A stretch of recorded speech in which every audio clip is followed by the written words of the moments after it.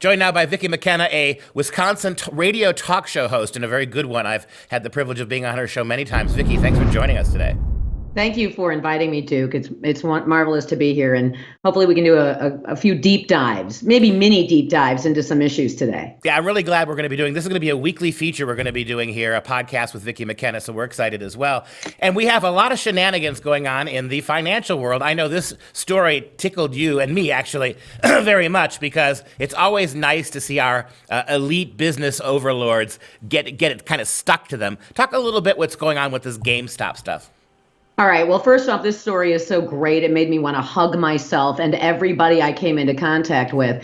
And it's not as much about the ins and outs of shorting a short or shorting a stock. It is about a group of people, regular retail traders, day traders, people who probably are sitting around on their computers with their pants off, drinking Monsters, and banding together to really try to take down the ruling class. That's how I view this, and maybe I'm not viewing it the same as other people who are looking at it strictly as a financial markets thing. But to me, it was a bunch of folks who got sick of billionaire hedge funds who write the rules to enhance their own outcomes, using those rules against them, and really scoring a huge win for the little guy.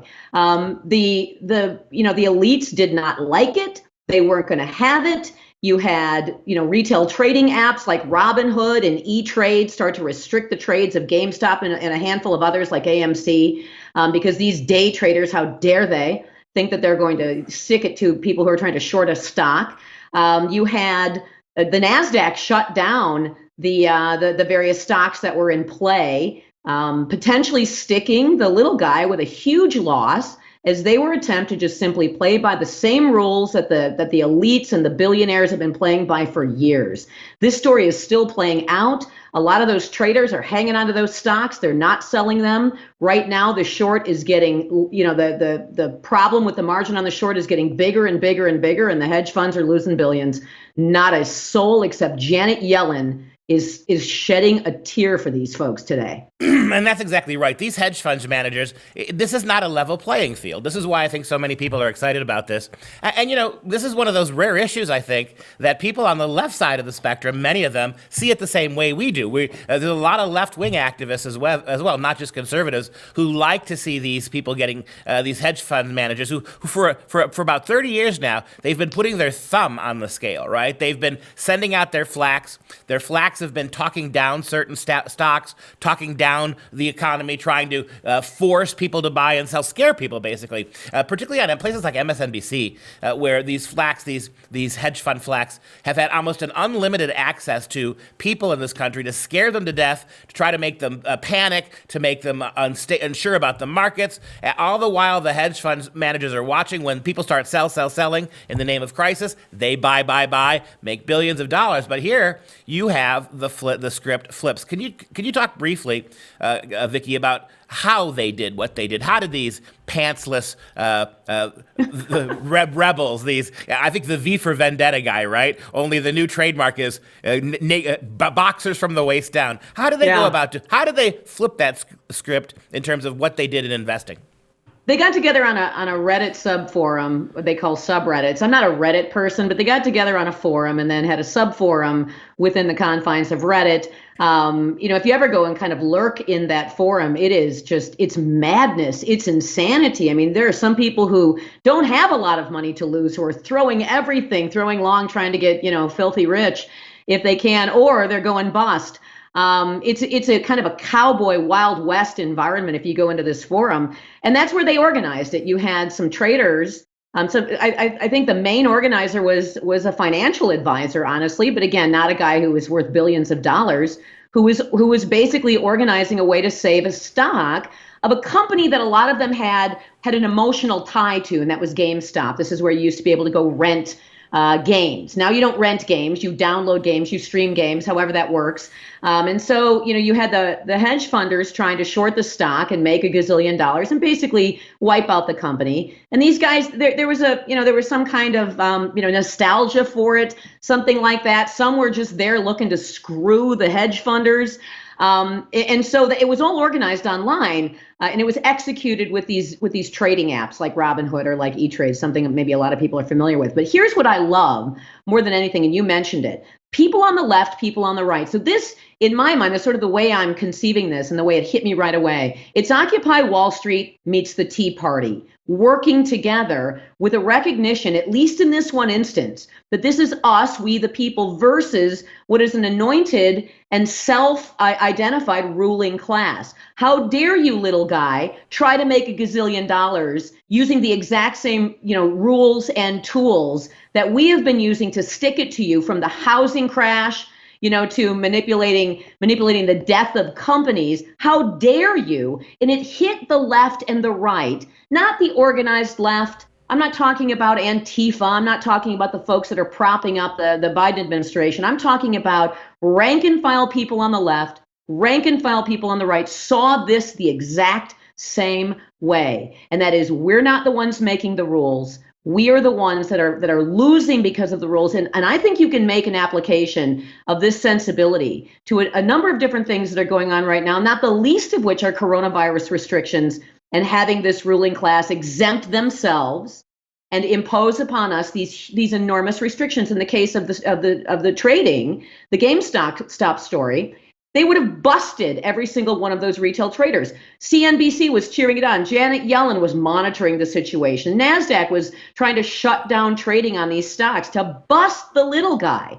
And that's exactly what's happening in a number of different ways. I think we may actually be seeing a way for the left and the right to come together that has nothing to do with politics, because a lot of people realize that the ruling class hates us.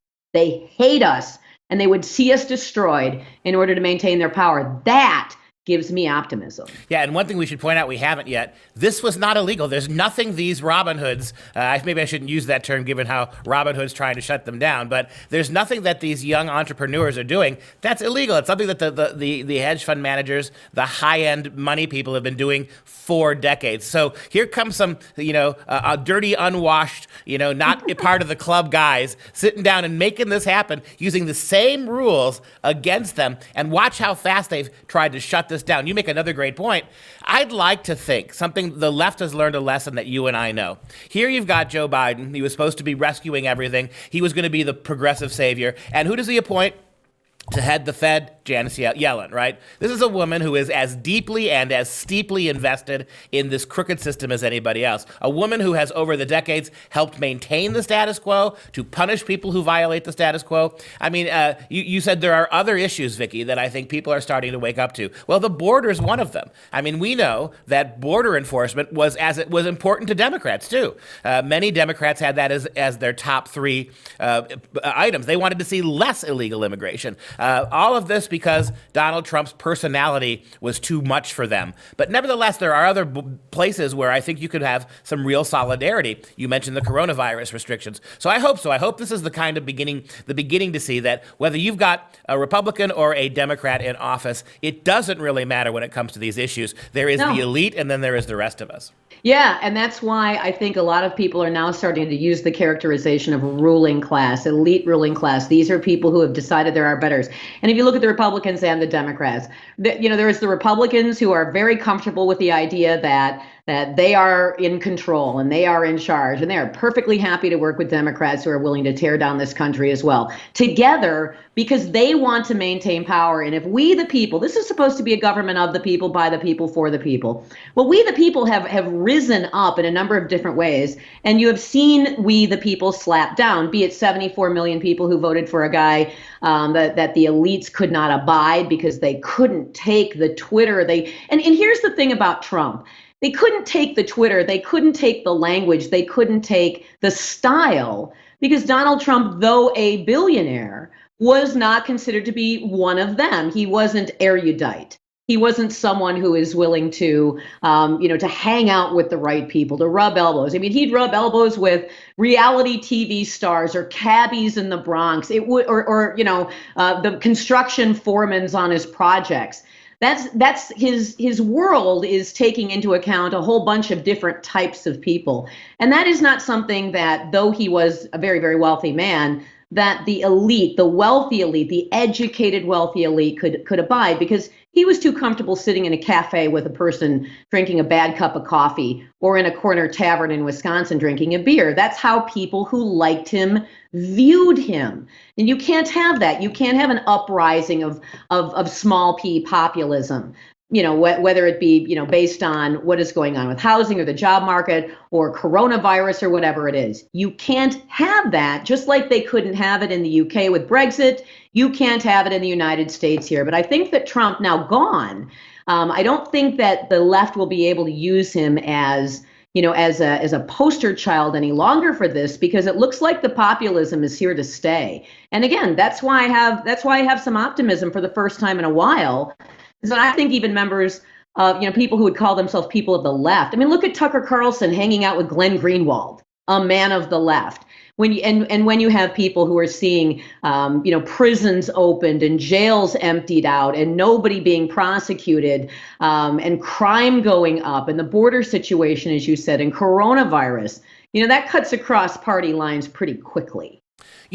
So dangerous is populism to this elite. Let's call it what it is. It's a global elite club of highbrow people. His corruptness, Pope Francis, actually condemned populism. This is a guy, Francis, who is supposed to be the shepherd of the poor, right? He is supposed to be the embodiment of Christ on earth. Christ spent all his time among the suffering and the poor, and Francis sides with the hedge fund people on these issues. Let that sink in when we say a global elite. And I think you are exactly right. And it's a shame that there were too many soccer moms out there who read too little about what was going on and paid only attention to what Hollywood celebrities had to say about Donald Trump. Had it not been for that, he'd probably still be driving them nuts as president. But he was, you nailed it.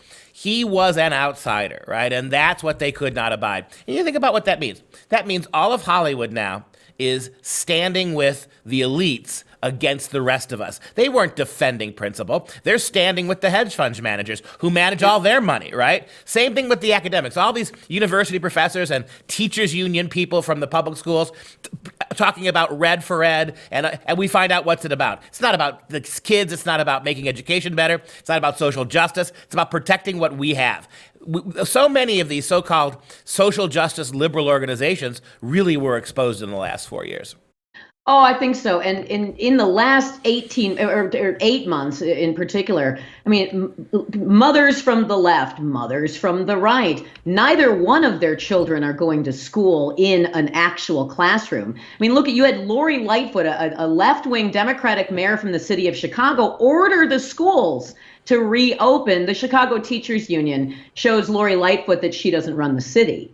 They run the city, but who's affected? Black mothers, white mothers, liberal mothers, conservative mothers. Everybody has been affected by this, and people now from all spectrums. I don't care if you're a communist or if you're an anarcho-libertarian. You realize you don't have a lot of say in this, and the I guess the platitudes about the markets, they ring hollow when you see people actually try to utilize the concept of markets to advance themselves and to fight back against the elite. I don't care if it's markets, actual markets, or it's things like Parler or other alternative social medias that are not allowed to continue to exist, because we try to play by the rules, and what we have learned lately is that we'll play by the rules, but then the rules keep shifting, and it doesn't matter if we don't like it.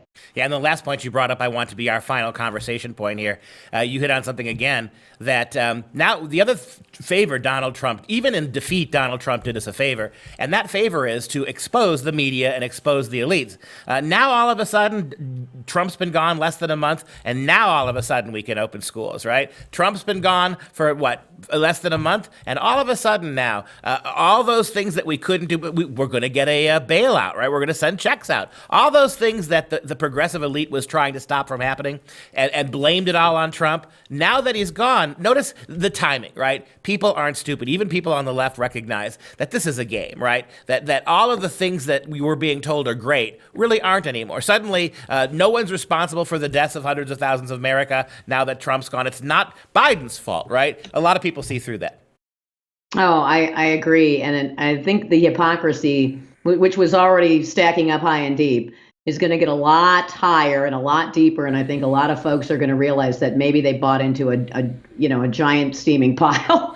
And I don't think they're going to be happy at feeling so ripped off. At least I hope so. Joe Biden, mighty steaming pile. I like that as the end of the segment. Thanks for your time today. Hashtag mighty steaming pile. Hey guys, thanks for watching. Most of you know our show is being censored by big tech. While this makes it harder to meet the cost of producing the show, that's part of it. It also demonstrates that we must be having tremendous success, or they wouldn't bother to try to shut us down. If you like hearing truth and common sense with a love for freedom, please join the Patriot Club with a one-time $99 tax-deductible donation. And you'll get this sweet vessel of joy as part of a thank you for joining the Patriot Club. Etched with the American flag and the words freedom never tasted so good. All you have to do is visit patriotclub.us and become a Patriot member today. That's patriotclub.us. Thank you and God bless.